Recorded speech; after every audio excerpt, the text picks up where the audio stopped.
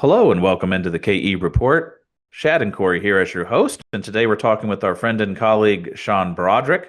Sean is the editor of Wealth Megatrends and contributing analyst over at Weiss Ratings Daily. And Sean, we always get into all kinds of different topics with you on the macro and on the resource space, but also different sectors in the general markets that have your attention. And I feel like there's been a lot of noise in the market the last couple of weeks, and a lot of that was geopolitical noise. But now people that seems to be more in the rearview mirror are starting to focus back on things like the reciprocal tariff pause coming off just here in a couple of weeks, and also the big spending bill that's being bevied around the US government, the big beautiful bill, what that means for taxes, what that means for, increased debt and deficit spending. So maybe from a big picture sense on the financial side, if we put the geopolitical noise to the side, what do you think is front and center and most important for investors to focus on? Yeah, well, actually, you brought up two very good things.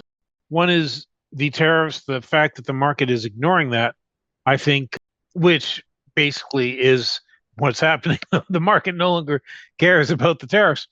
And that's because what the market is expecting is that as we get closer to July 9th, we'll see the White House push back the tariffs once again, at least most of them. Maybe it'll keep a few on just to show the rest of the world what can happen if you want on Trump's good side.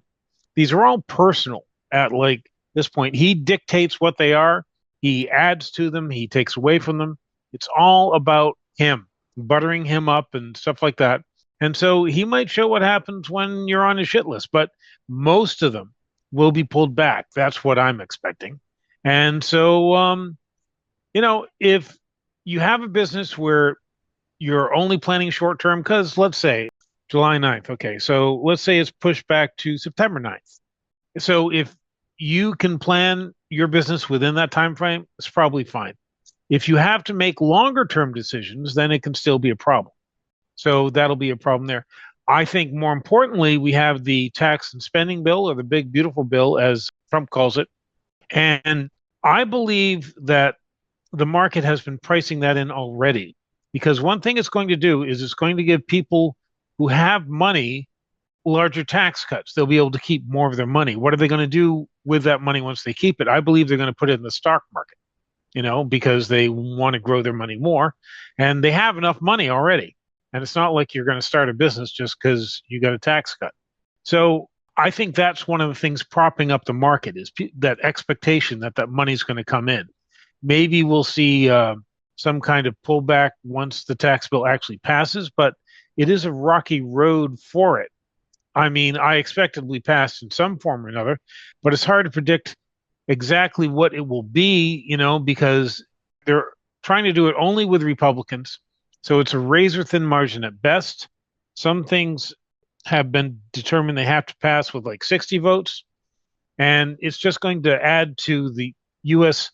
deficit enormously. It really is. And so that's kind of one of the things weighing on the long-term treasury and the US dollar markets. Now, foreigners are still buying short-term treasuries, but it seems that they aren't buying long-term treasuries as much, probably because the uncertainty there is really getting higher and higher. They don't know what's going to happen. And so that's helping the short end of the curve. It's not helping the long end of the curve. That's one reason that home mortgage rates aren't going down, is because no one wants to buy those longer dated treasuries. Well, I'm not saying no one, but fewer people want to buy them. And so, that's kind of really kind of keeping the real estate market in a quick freeze. I mean, it just can't move anywhere right now because of what's going on with the treasuries. They are trying to fix that. They are trying to use short-term money to buy those 10-year bonds. I don't know if that's actually going to work. So I'm expecting more of the same. I'm expecting more uncertainty. And so when we have pullbacks and things that have been working, things like gold, things like silver, uranium, stuff like that, I think that you can actually buy those because those are the things that have been working in uncertainty anyway, and they're probably going to continue to work going forward, at least for the foreseeable future. Yeah, uncertainty. I don't know how many times you said uncertainty there, Sean, but you're absolutely right. These markets continue to kind of walk this fine line between what's going to happen. Is there going to be a shock to the system in terms of if Trump tweets something out, or are we just going to still be in this trade where when he does pull the markets down, they bounce back right away, but they are still in a way kind of range bound. A lot of sectors are range bound.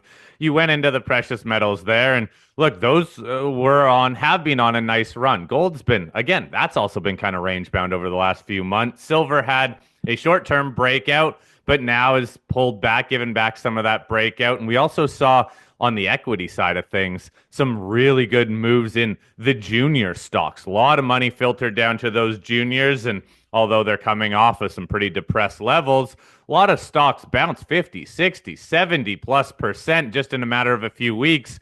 And now they're giving some of those gains back. What are you seeing in the precious metals equities in terms of the junior sector? Is there opportunity here? Should we be maybe a bit more on the sidelines, watching for some of the leadership again to take hold in the precious metals equities? Well, I'm actually more cautious on the junior miners right now than I have been recently, and I'll explain why. First, I should mention that about half of my gold stocks are down today, but that's just down today. They're all up. Since I bought these things, they've all been running. I was thinking about recommending a particular silver stock to my resource trader subscribers. It's a junior stock and all that stuff, but then I saw they had filed a shelf prospectus to raise cash, and so I know that if I recommend it, that's going to be the day before they actually do an at the market offering. So I said, okay, I'll just hold off on that one. So I looked at another one, and they're also talking about raising cash. So we seem to be in a dangerous point of the market where these stocks have run up. The management of the companies are thinking about what do we want to do next. Maybe they want to expand their current operations. Maybe they want to buy up somebody else. So I'm worried that we're going to see more cash raising going on right now. So I'm not selling anything. The last gold gain I took, I think, was 2 weeks ago. But what I'm doing is just kind of wait and see. I expect both gold and silver to go higher, but I wouldn't be surprised to see more companies announce that they're raising cash, whether it's through share issuance at the market or maybe private placements, hopefully, but one way or another. And so that could weigh on the individual stocks as opposed to the metals. But even in the metals, short-term pullback wouldn't surprise me because even before we had the trouble in the Middle East, they had a surge and they didn't really react to what was going on in the Middle East at all. So that just tells you that the money that was on the sidelines has kind of been put to work and it's waiting for the next thing. Now, we are seeing very bullish things for gold. For example, we just heard from the European Commission that gold is now the second most common reserve currency in the world, replacing the euro. It's taken the number 2 spot from the euro. This is because central banks are loading up on gold so much. They now hold more gold than they hold euros. Central bank purchases continue to be a strong driver of the gold bull market. They have multiple reasons for doing this, some of which are quite scary, but some are basically they're sick of being under Uncle Sam's US dollar thumb. And so they'd like to get more flexibility in that and have assets that can't be confiscated or frozen electronically. And so I expect to see more buying by the world central banks. And so that'll keep things moving along. So I like precious metals generally. I certainly like miners, but I'm not an active buyer of miners right now because it seems like some of the juniors that I was looking at are probably going to raise cash sooner than later. I'll wait for them to do their share announcement, wait for that to be priced in, then I'll pick them up again. But I'm not actively purchasing them now. Yeah, Sean, it's a good point. We have seen a bevy of financings in the gold and silver space just over the last couple of months, and some of them are big. They're outsized, oversubscribed. They're, adding to them. So can't blame companies for wanting to raise in a good market where they can fund their work programs. But as an investor, sometimes you want to wait for that to play through. But I want to go back to something that you said about gold having surged prior to the geopolitical conflict. We hear so much about the war premium coming out. There's always some narrative, Sean, like, okay, this is what's happening this week. But the reality is gold went to 3,500 in April, way Yeah. before the war ever started. And It, it's been channeling sideways in the 3,300s and 3,400s for the last couple of months. So, is there really war premium coming out when the war premium was never in it in the first place? And the other question would be, when you look at the Q2 earnings that are right around the corner, people say they're already priced in. I don't know that I believe that. And so I'd like to get your thoughts on, do you think that the market has already priced in? Do you think most generalists have any clue how well the gold and silver miners just did in the Q2? no, I don't think they have. And while it's true that we have seen sideways action since April, which is quite frustrating. You always want things to go up, right? But while we've seen that, we've also seen gold making higher lows. And so I find that quite kind of positive. I think it's coiling up. I'm not sure when the next breakout will come, but I think it's coming. My intermediate term target on gold, I just put this out by the way, is 41.50. We should hit that within the next 6 to 9 months. And that's probably going to be a peak where we see everybody wake up as like gold passes 4,000 and say, okay, now we got to be in it. But, that's when some of us will start taking some gains, not because we don't believe in the long-term bull market. I believe the gold bull market can last a lot longer. It's just that this thing has ups and downs. It has big run-ups and then it comes back a bit. So I'm expecting another surge starting later this year that'll send gold over 4,000. And after that happens, the broad market will wake up. They'll say we need to be in gold, and then it'll pull back again because it always does. That won't mean that the gold bull market is open. You just have to understand that, it zigs and zags. That's all. Silver, I'm again, and I think I said this last time I was on here, I'm more bullish on silver than I am on gold. Looks great.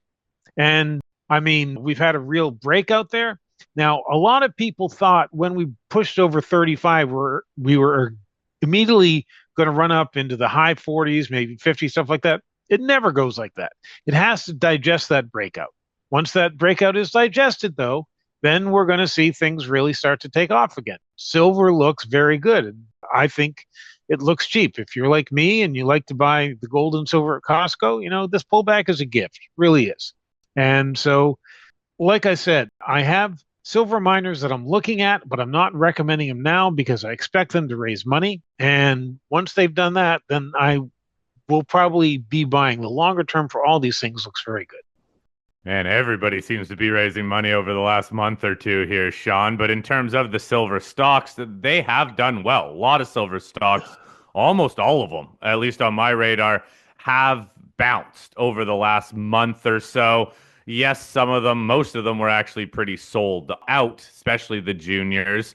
What sort of silver stocks are you looking for? It's not that large of a market in terms of equities. There's a lot of juniors, not too many producers. There are some small scale producers and some medium sized producers. So where's the sweet spot in your eyes? Yeah, well, as you said, there aren't many, right? So I think that you can just look at pretty much all of them. There's at least one silver producer that is trading at a price to earnings growth below one, which always looks cheap, Now, it did file that damn shelf prospectus and is probably going to raise cash, which is just about the only thing that holds me back. But I think you can look at the silver space if they are producing or if they're near-term producers. That's great. And also those that even if they aren't producing yet, but they're growing their resources quite a bit, they're going to be snapped up by somebody again because there just aren't enough of these mines around. They're really quite few. So some of these development projects will look quite attractive, I think. So I just find that whole space exciting, frankly. Sean, I want to circle back to one comment you were making on the private placements, expecting companies to be raising money. And yes, we have seen a lot of companies raise money, but what I've noticed is really bull market action here. Most of the financings that have been announced are pretty quickly upsized. They're being closed quite quickly. And quite honestly, I've been seeing share prices improve post the announcement of these financings. Almost that bull market play of if you get in before financing is announced, at least in the last month or two, that has seemed to be a pretty good trade. Have you considered that? Well, you're really giving me something to think about here. Maybe I'm just acting like this because of what I've seen in other markets, We're just where so used to it, right? right, Where companies so used announce to and it. then So, it gets sold off and it takes forever to right. close. But it's been different the last couple months. All right. That'll give me something to think about and something that I'll look at. Maybe I can discuss that with you next time. Well, Sean, if we shift over to yet another metal, what about copper? Copper is up close to $5 again. It's at 4.90 as we speak. I've noticed that the copper juniors in COPJ have outperformed the seniors in COPX and ICOP. Yeah. And there's a little bit of life in the junior copper stocks, which we haven't seen in a while. So how are you looking at the red metal? Yeah. Well, I don't have any copper positions right now. I think, God, the last one I took gains on was FCX, and which is also a gold producer. I mean, and it's an enormous company. And you're right, the juniors are starting to look very good in that. I've never had the best luck investing in copper juniors, so I don't invest in them a lot. So I'll maybe pass on that one, but I wouldn't blame anybody for looking at copper juniors right now. I mean, we've seen the squeeze going on the London Metals Exchange in like copper. And I think part of it has to be people are looking at the existing projects, looking at copper demand and saying, this doesn't add up. Somebody's going to have to produce a lot more copper, And so that makes copper start to look very attractive. If we see China's economy really start to gain traction again, and I know they're working very hard to actually make that happen, that's just going to improve copper demand quite a bit. And then you'll see things really take off. Sean, you seeing much investment coming into these development plays where there are a handful, maybe a dozen projects that seem like they're pretty much ready to build, or at least on that timeline. They're just Yep. big ticket items. So, any life in the development space in terms of funding these projects? Well, yeah, I mean, we have seen some. Again, I could be putting money to work there, but I expect them to raise money first. I mean, I just heard an announcement from a company that's in gold that is a developer, and they just put out an announcement about, they like raise some cash and they're ready to get back to work. And yeah, but they raised that cash a few months ago and their stock looks better than it has in a while.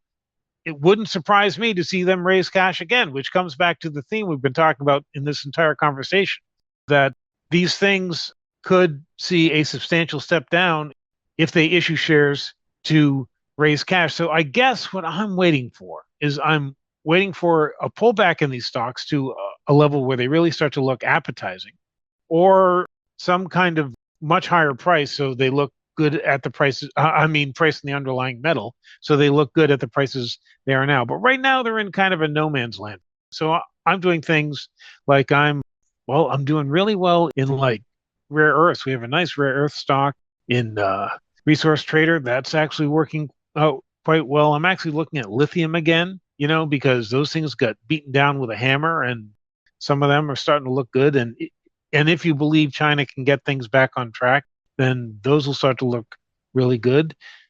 But I'm also, this will sound weird considering what we've seen in the oil market, but I'm also doing pretty well in an oil stock we added recently.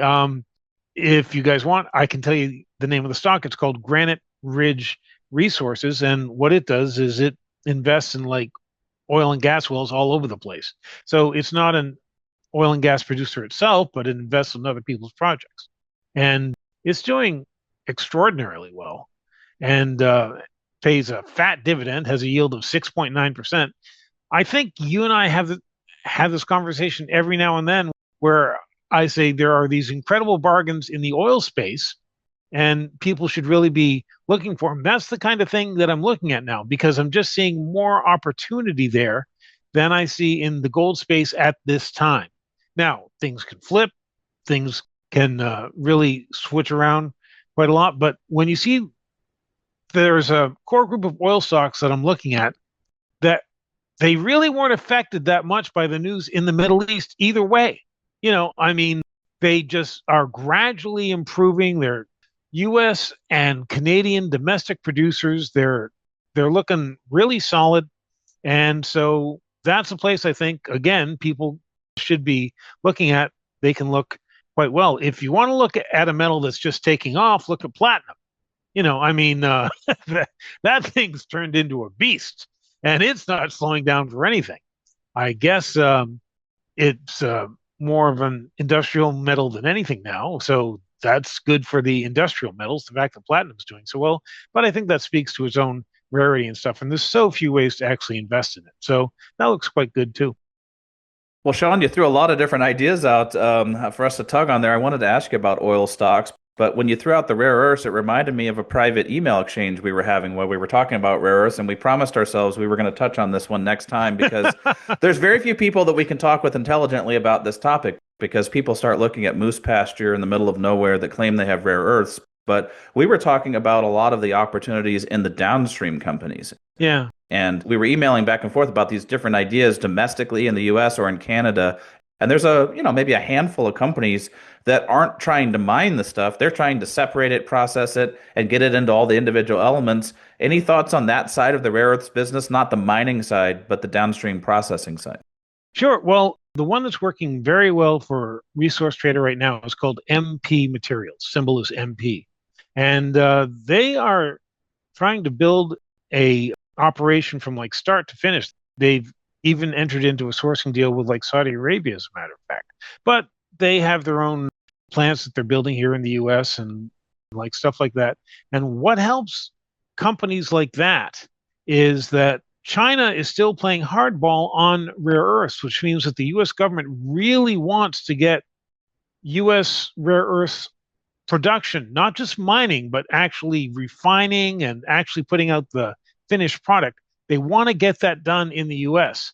And so they have given seed money to some companies and they're lowering regulations, they're helping things along. So if you're in an industry like rare earths where, Uncle Sam is really trying to help you out, that can't be harmful. That can only help you. And so a company like MP Materials, which we own, really does well. That was not my top pick in rare earths at the Weiss Ratings Boca Raton Summit, by the way. That was another stock, but it was one I talked about, one I've kept an eye on. And so I finally had to move on it. And I'm really glad we did because it's just doing very well for us. So, Sean, with all these opportunities, do you find that you're selling any of your winners? Obviously, in the resource space, there's a lot of stocks that have done well. So, to free up capital or shuffle capital, are you fading some of the winners? In Resource Trader, we took double-digit gains on EQX. I want to say 2 weeks ago, but it might be 3 weeks ago, which, probably going to come to regret that. But at the time, it was underperforming, and I just wanted to have some capital available. Oh, no, actually, I'm looking at the stock now. Thank God we sold it. Sorry, I don't mean to laugh, especially if anyone's owning that thing. But damn, I was right to sell that beast. But yeah, the reason I sold it was because it was underperforming the other gold stocks, and we had double-digit gains. Why not?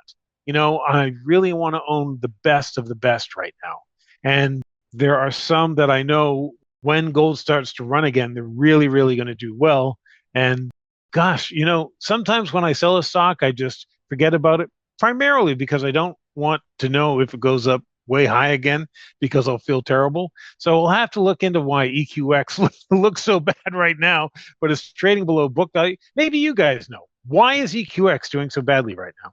Well, Sean, I am an EQX shareholder in full disclosure. Oh, I'm sorry. So the laughter was painful for me to endure, but I think that a lot of it has to do with the Caliber merger, where when you bring over two companies and when Caliber shareholders finally got their shares, like I sold my EQX stock to be able to just let the Caliber shares roll over because I had positions in both.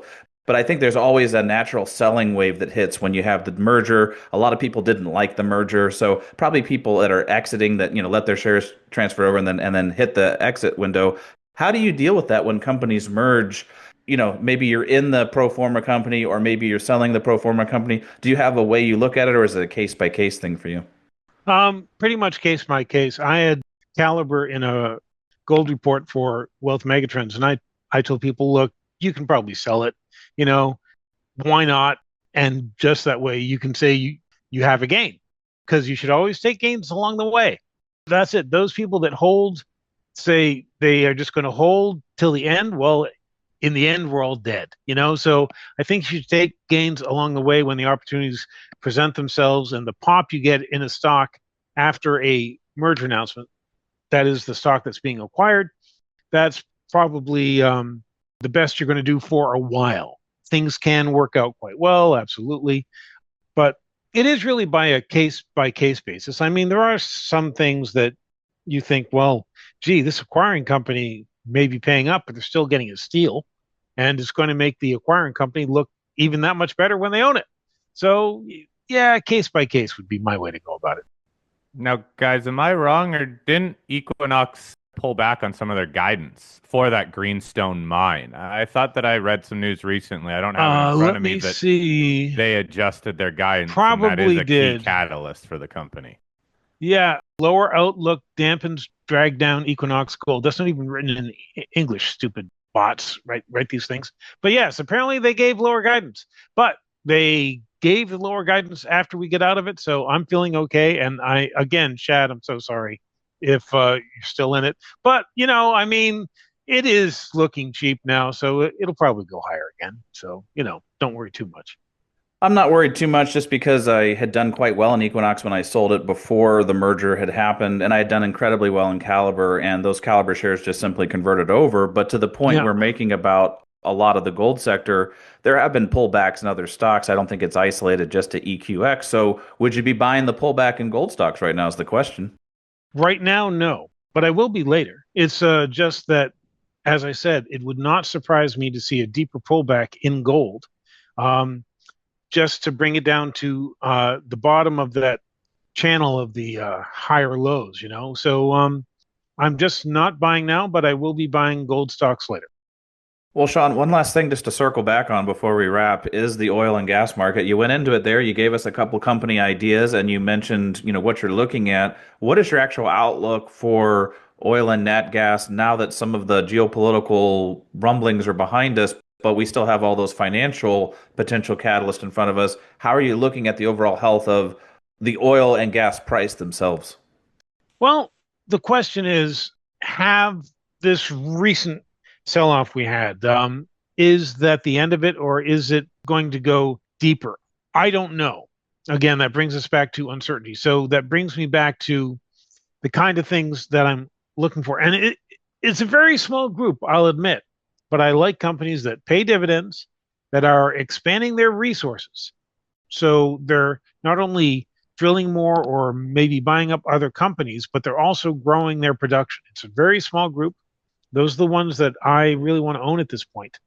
So I'm not saying buy all oil companies, but I think it's more likely than not that $60 is the bottom. We have seen, I think, two dips below 60 in both April and May, which would make a liar out of me if it falls below 60 anytime soon. But I think 60 is kind of the bottom. So what that would mean to be is that if oil gets down to the $60 range, which could easily happen, that's the time when I would look to add yet another oil company. I'm in no rush to buy anything in the space, but when oil gets cheap and the stocks, which are leveraged to oil, get really cheap at that point, then using the metrics I just mentioned, plus some other stuff too, I'll just look for what I think are the real bargains there. And I think you can pick up real bargains in the oil space. I would just do it on an oil pullback. All right. Well, I think that was a nice update on many different commodity sectors, also the macro tailwinds that you're seeing as far as some of the spending bill that's coming up, the tariffs, the market kind of shrugging those off and still blasting higher. But it's going to be a wild, turbulent time like it always is. And I appreciate getting your thoughts on a range of sectors. For those that listen in and they want to follow along with Sean's work, definitely click on the links below. It takes you over to a couple different places, to the Weiss Ratings page where you can follow along with his written missives. You can learn more about Wealth Megatrends, Super Cycle Investor, and also for those that are commodities junkies like we are, there's Resource Trader, where he talks about some of the stocks he trades within the smaller universe of resource stocks. So lots of different ideas from Sean Brodrick to check out over at Weiss Ratings Daily. And Sean, as always, looking forward to our next conversation. Thanks, guys. It's always a real pleasure talking to you.